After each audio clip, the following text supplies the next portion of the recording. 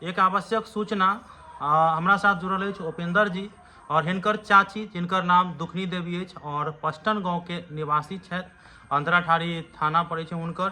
और हिनकर चाची मार्च महीना से जे छै ने वो गुम भ गेल अछि और बहुत जगह ढूंढला के बावजूद अखन तक नहीं मिलल है। तो अहाँ सबसे विशेष निवेदन अछि कि अहाँ सब एहि पर ध्यान दियो और स्क्रीन पर ऊपर में फोटो दऽ देने छी हुनकर। अहाँ सबके अगर कतौ मिले तो अहाँ जरूर संपर्क करब। स्क्रीन पर नंबरो अहाँ सबके दऽ देने छी। कतऽ कतऽ अहाँ ढूंढ लेलिए अखन माँ के समिया ढलान से लग कर जे छै ने एम्हर से समझ लियो बैठौनी होइते समिया ढलान होइते जे छै अहाँके सरसों पाही पाटि घाट पर सबसे अहाँके तकते रामपट्टी वाला रूट में ऑटो जेट हम तक ले। इससे पहले अहाँके मिलल छलै विजय सलामपुर ला वही रूट में मिलल छलै। मैसेज आयल छलै जहाँ भाई एतऽ छै तऽ जा करके हुनका लग के आयल रहियन।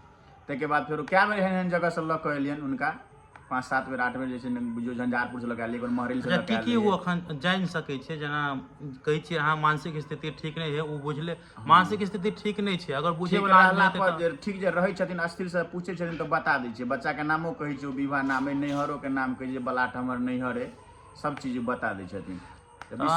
विशेष जे अगर परेशानी रहै छनि हुनका तंग करै छै तकर बाद नहि बतबैत रहै छथिन हटि जाइ छथिन अपने भागैत रहै छथिन। अगर मिला तो संपर्क करब। ई वीडियो के ज़्यादा से ज़्यादा आदमी तक शेयर कर दियो ताकि हिनकर परिवार इनका मिल जाए। धन्यवाद।